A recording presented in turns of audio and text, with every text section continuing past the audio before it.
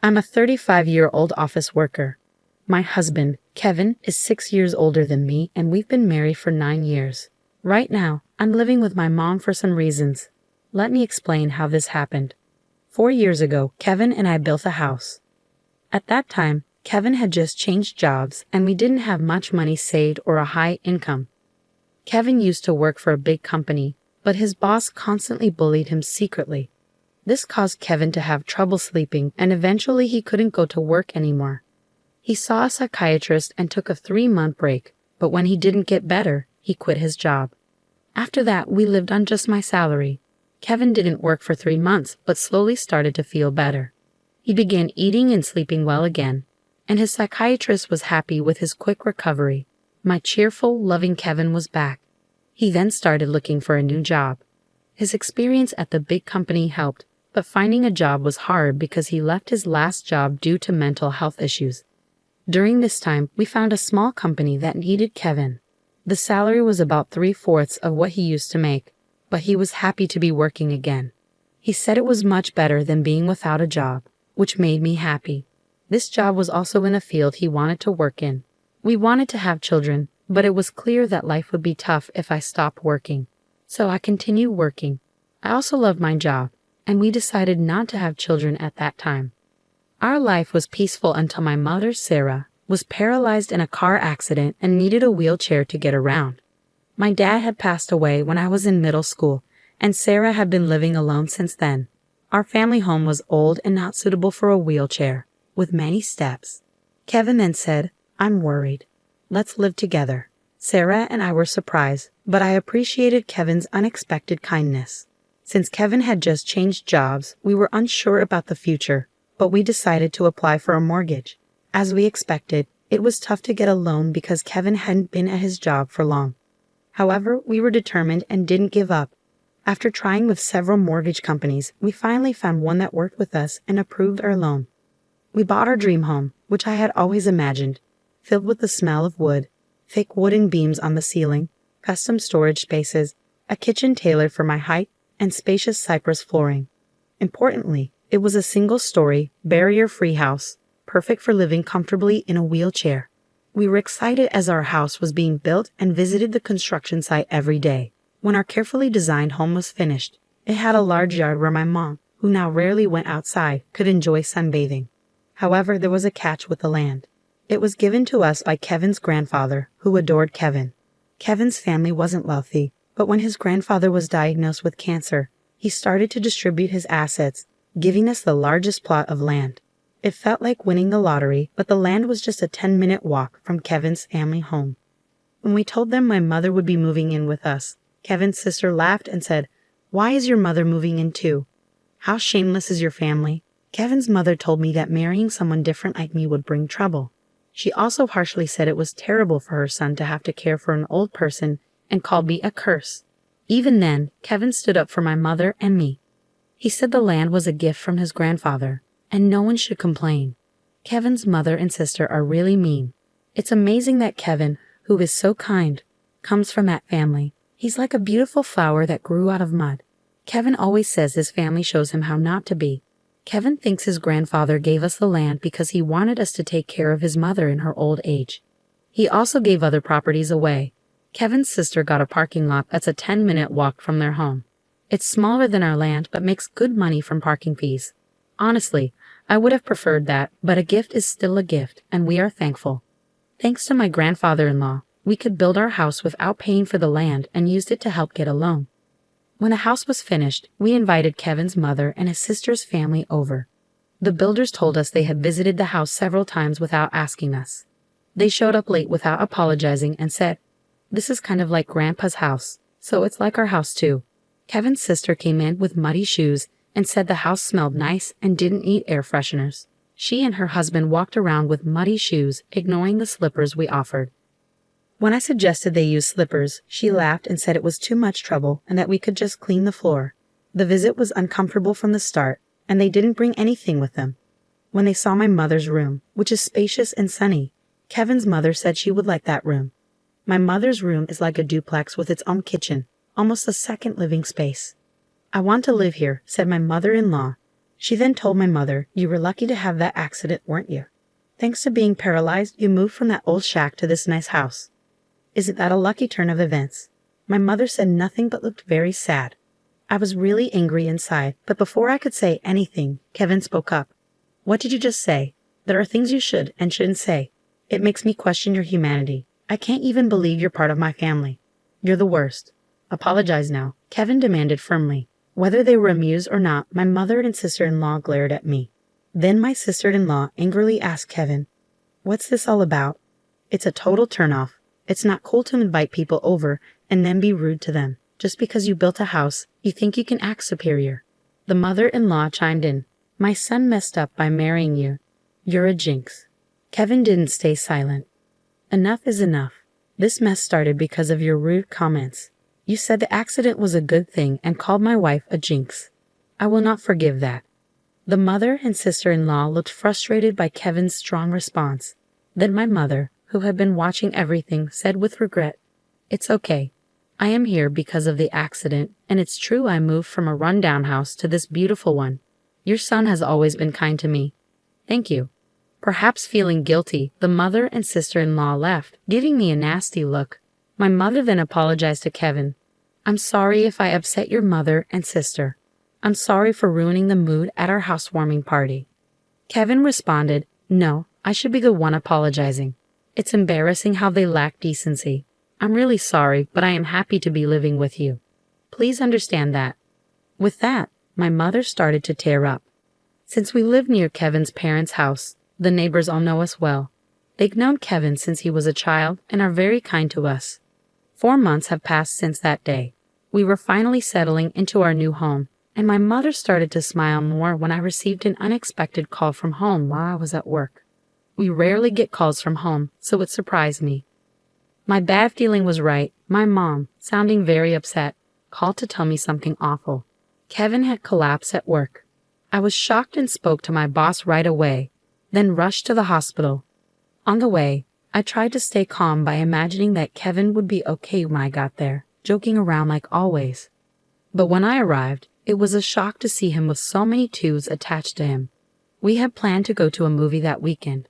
The doctor told me Kevin was in critical condition and might not wake up. I felt like I was in a movie. I couldn't even cry. Despite my prayers, Kevin passed away at the hospital. My shock continued as my mother and sister-in-law arrived when they heard Kevin had died. My sister-in-law accused me harshly, asking if I had poisoned him or if I was after his life insurance. My mother-in-law also blamed me, saying bad things always happen around me and calling me a jinx. I was too sad to respond. Then my own mother arrived in a care driver's taxi, crying over Kevin's death, which finally made me cry too. We both sobbed loudly. My mother-in-law rudely told us to stop the fake crying. She said Kevin had changed because of me and that she didn't want to see us ever again. Then she left the hospital. A funeral director came to organize Kevin's funeral, and we went to the funeral home. Kevin had died from a brain hemorrhage, which was hard to believe since he was fine that morning. When I told my mother-in-law the funeral plans, she coldly said she wouldn't come because Kevin always sided with my mother and me. She said her daughter wouldn't come either. Many of Kevin's coworkers and friends came to the viewing, but neither my mother-in-law nor my sister-in-law and her husband were there. Many attended the funeral, and it was clear that Kevin was deeply loved. Many people cried for him. It was hard, but maybe this is just the kind of people his family were. I was happy to spend the whole day with those who truly missed my husband. After Kevin's death, I got an email from my mother-in-law, but it was inappropriate, so I didn't reply. She was asking about the life insurance money and kept emailing because I didn't respond. Eventually, she claimed she had a right to it. I chose to ignore it because I wasn't ready to deal with that. When we got home, I noticed a light on inside, which was odd. My mother, Sarah, was confused and thought we had turned off all the lights. I figured maybe I forgot because I was so upset. I told her it was understandable given the situation, and I unlocked the door. When we entered, we could hear the TV, which was very strange. Inside, we found my sister-in-law and her husband sitting there. I was so shocked I couldn't even speak. The living room was full of unfamiliar furniture and boxes. We had no idea what was happening. My sister-in-law said, "Why did you just barge in here?" "Well, it's your first time, so I'll let it slide. "We're taking this house. We sold your stuff, so leave." My mother and I were completely shocked. I asked where our furniture and belongings had gone, and she casually said a resale company came and took everything, claiming we had good furniture and they got a good price for it. They bought new furniture with that money, saying, "Who wants furniture that a dead person used? It's bad luck." She added that she cared about such things and our stuff was packed in boxes. She even remarked that we must be minimalists or just poor because we had so few things. The furniture was carefully chosen by my husband and me. I couldn't forgive them for this. My mom was furious too, her face turning beet red, but she was too shocked to respond. I immediately called the resale company. After explaining the situation, they agreed to treat the items as stolen and return them. Now that my husband is gone, dealing with this was the last thing I needed. I don't want anything to do with his family, but I do want to stay in a house that's full of memories of him. While I was wrestling with these feelings, my mother quietly said to me, "What do you think Kevin would say if he were here now?" "He might say we should leave. I'm sure he would." Kevin often mentioned it's good to spend time with people who understand you, but there are some people who will never understand no matter how much you try. It's a waste of time dealing with those people. He was actually talking about his own mother and sister. I realized that if we stayed, his family would keep interfering. Acting on impulse, I signed a lease for an accessible apartment. My mom was surprised by how quickly I made that decision. I asked the resale company to hold on to the furniture for a few days, and it was moved to our new apartment 3 days later. In exchange for moving out, I made my mother-in-law and sister-in-law promise to cut ties with us. So a new life began for just my mother and me in the apartment. It turns out Kevin had many life insurance policies, almost obsessively so. He used to joke always with a smile, "When I die, you guys will be rich." True to his word, he left enough money for my mother and me to be comfortable for the rest of our lives. Since he couldn't secure a mortgage when we bought the house, I, being employed at a major corporation, bought the house in my name. I made sure that even if something happened to Kevin first, I wasn't going to keep paying a mortgage for a house I wouldn't live in. According to our agreement, the house would be auctioned off if the mortgage wasn't paid for 4 months. Time flew by, and 4 months passed quickly. Then I started receiving a lot of calls from my sister-in-law, Emily, and my mother-in-law, Maria. My call history was filled with their names, and it was getting scary, like something out of a horror movie. They were incredibly persistent. So I finally answered the phone. They were furious because the house was being sold. Apparently, when they tried to return, they found out they couldn't get in because of a seizure notice. Emily and her husband had moved out of their apartment since Kevin passed away, and Emily had also quit her job. I suggested they move back into their parents' house since they were panicking about suddenly being homeless. Surprisingly, Maria had gotten so caught up in gambling that she couldn't keep up and had sold her own house. It turns out they had been living together for the past 5 months. I also heard that they sold their main source of income, a parking lot in front of the train station, a long time ago. Now, Maria and Emily's family are completely homeless. When Maria said, "I'm sorry for everything. Let's get along. Can you lend me some money, please?" I replied, "I think it's best if you stay away since I'm a jinx. We're strangers now that we've severed ties." Maria was quiet after mumbling weakly. In my mind, I was thinking, who's the real bad luck charm here? Then when I said I wouldn't lend them a single cent, Emily, who had been listening next to Maria, shouted, "You devil. Bring us the money right now." I replied, "I am a devil and bad luck, so I'm going to hang up now," and ended the call. In reality, I involved a lawyer for the past 5 months to push for the auction of the house. I thought it was an unusual case, but apparently it's not that uncommon. The house was sold without any major issues, giving our family a moment of peace.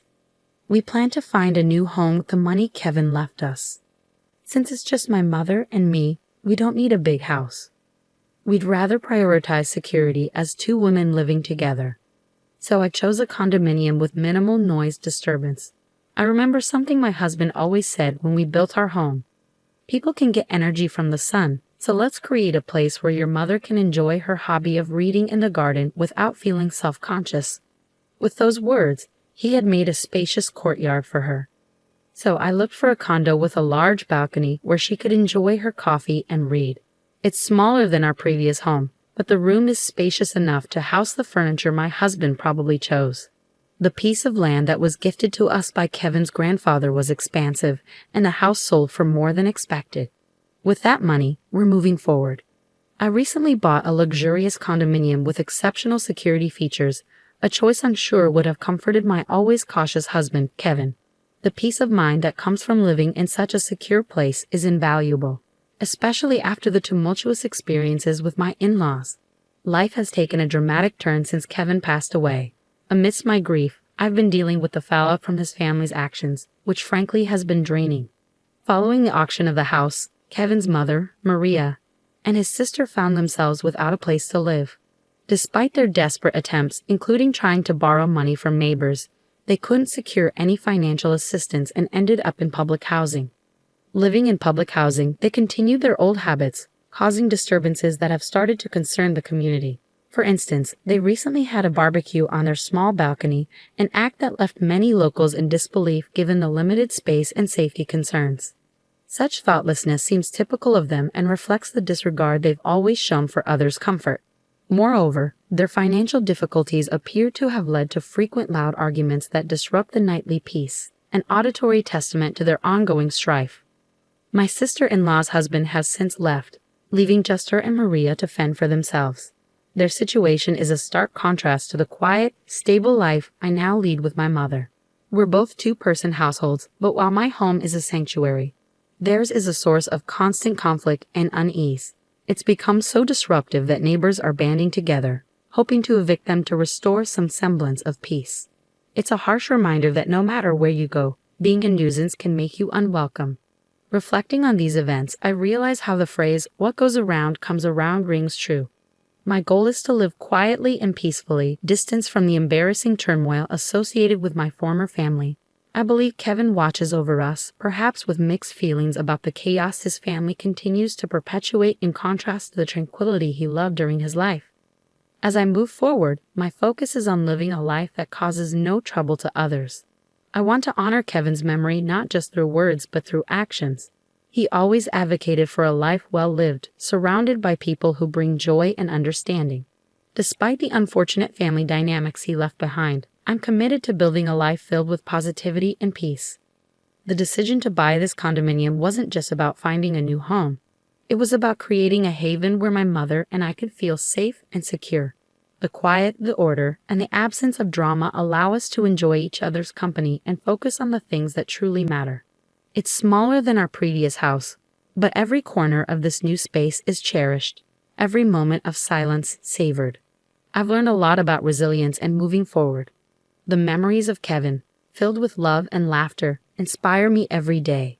They remind me of the importance of living authentically and compassionately, ensuring that his spirit of kindness is carried forward. Living well is perhaps the best tribute I can offer to a man who gave so much and asked for so little in return. In this new chapter, amidst the serenity of our chosen sanctuary, I am determined to live not just for myself, but in a way that would make Kevin proud.